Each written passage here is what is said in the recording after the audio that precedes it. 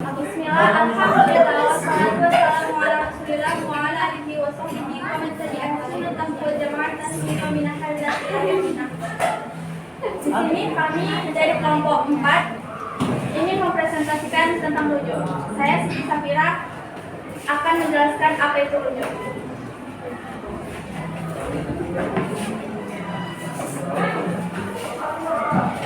Kata rujuk diambil dari bahasa Arab, yaitu raja'an yang berarti kembali atau mengembalikan. Sedangkan dalam bahasa Indonesia, kata rujuk ialah bersatunya kembali antara pasang suami dan istri dalam suatu ikatan pernikahan.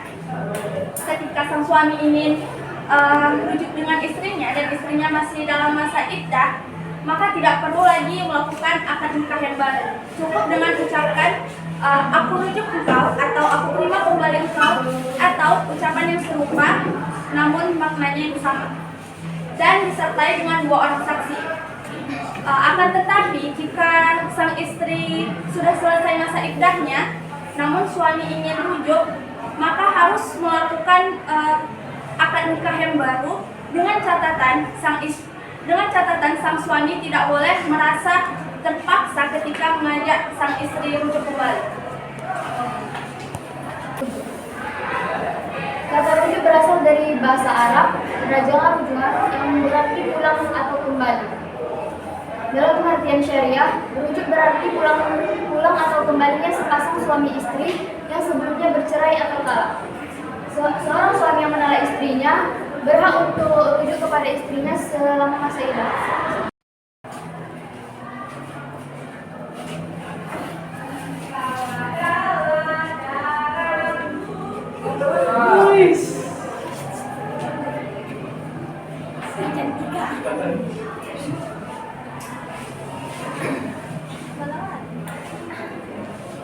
Saya Cantika Arita akan menjelaskan tentang dalil rujuk.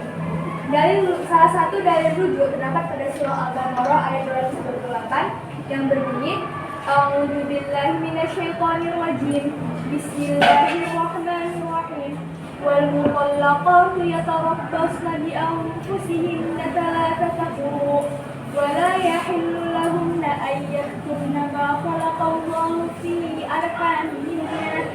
fi arhamihinna in kunna yu'minna billahi wal yawmil akhir wa bu'ulatuhunna ahaqqu bi raddihinna fi dhalika in aradu islahan wa lahunna mithlu alladhi 'alayhinna bil ma'ruf wa lirrijali 'alayhinna darajah wallahu 'azizun hakim, yang artinya dan para istri yang talak hendaklah menunggu 3 kali iddah. Tidak boleh bagi mereka menyembunyikan apa yang telah diciptakan oleh Allah dalam rahimnya jika mereka beriman kepada Allah dan hari akhir. Dan para suami mereka lebih berhak kembali kepada mereka dalam masa itu jika mereka menghendaki perbaikan.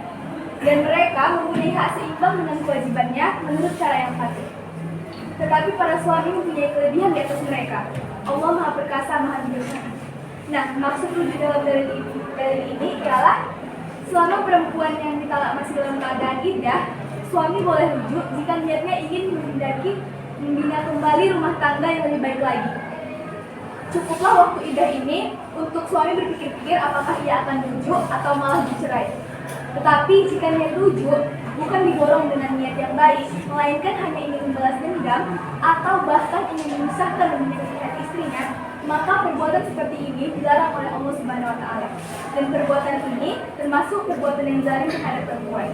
Sebagaimana dalam firman Allah yang berbunyi, "Wala tamsikuhunna biwara'i ta'tadu wa may yaf'al dzalika faqad dzalama nafsahu." Janganlah kamu merujuki mereka untuk memberi kemudaratan, karena dengan demikian kamu menganiaya mereka. Barang siapa yang berbuat demikian, sungguh ia telah berbuat zalim terhadap dirinya sendiri. Quran surah Al-Baqarah ayat 221. Baik, di sini saya ambil alih. Tadi teman-teman kita sudah menjelaskan mengenai pengertian dan dalil mengenai rujuk. Di sini saya akan menjelaskan tentang hukum rujuk. Nah, hukum rujuk ini pada awalnya adalah jaiz atau mubah atau boleh. Itu hukum dasarnya. Namun ada ketentuan-ketentuan yang menyebabkan hukum itu terbagi lagi. Nah, yang pertama itu adalah haram. Mengapa hukum yang dimana kemudian untuk merujuk istrinya untuk disiksa. Kalau bahasa sederhananya begini, dalam hati si suami itu, askoyo, nanti kalau rujuk kita, kau tengoklah, aku siksa kau lagi. Nah, itu tidak boleh teman-teman. Lalu selanjutnya adalah hukum rujuk makruh, yaitu apabila perceraian lebih baik di antara keduanya, baik karena suaminya tidak mampu untuk menafkah secara lahir maupun tidak mampu menafkahi secara batin, sehingga perceraian adalah jalan yang lebih baik. Nah, selanjutnya hukum rujuk yaitu mubah, seperti yang saya jelaskan tadi bahwasanya hukum asal atau hukum dasar rujuk itu adalah boleh. Selanjutnya hukum rujuk yaitu sunnah. Nah, apabila bersatunya kembali secara perdamaian antara bekas suami dan bekas istri, maka untuk menyejahterakan anak-anak mereka, untuk menyatukan kembali hubungan yang kurang baik dan akan berjanji untuk memperbaikinya, maka itu adalah lebih baik. Nah, jadi dapat disimpulkan hukum rujuk ini tergantung niat kita sesuai dengan hadis riwayat Bukhari dan Muslim, yaitu Bismillahirrahmanirrahim, innamal a'malu binniyat, sesungguhnya segala sesuatu itu tergantung niat. Jadi hukum rujuk ini juga termasuk kepada niat kita itu sebenarnya rujuk untuk memperbaiki, untuk menggendam, atau rujuk untuk apa. Jadi itulah hukum rujuk yang akan saya sampaikan. Selanjutnya mengenai rukun dan syarat-syaratnya akan dijelaskan oleh teman saya Mas Sarul Mazkia.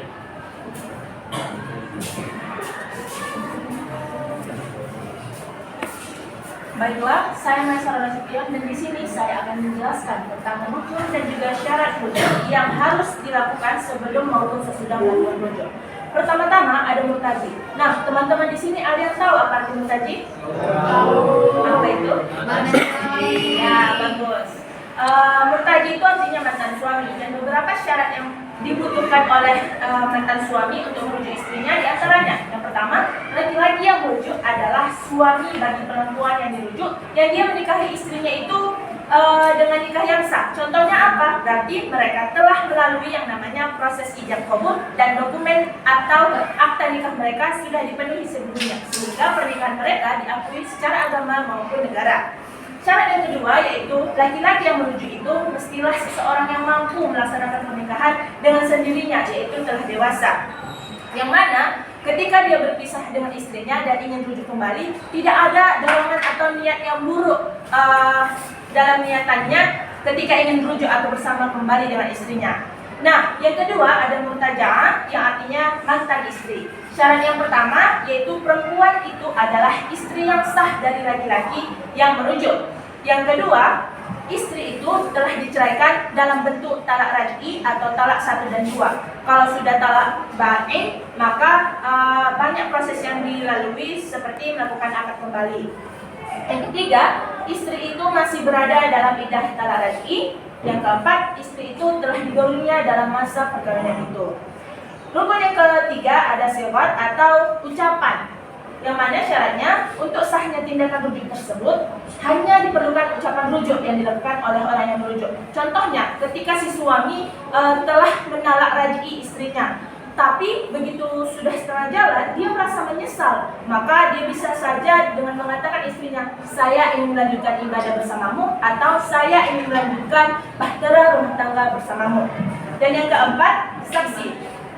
Nah, rukun yang keempat ini masih banyak pertentangan pendapat karena ada beberapa ulama yang mengatakan tidak perlu, dan ada beberapa ulama juga yang mengikuti mazhab Syafi'i mengatakan bahwa saksi itu perlu dan minimal 2 orang dalam proses menyaksikan siwat tersebut. Selanjutnya akan dilanjutkan oleh Saya Sabrina Abdullah akan melanjutkan yaitu hikmah rujuk.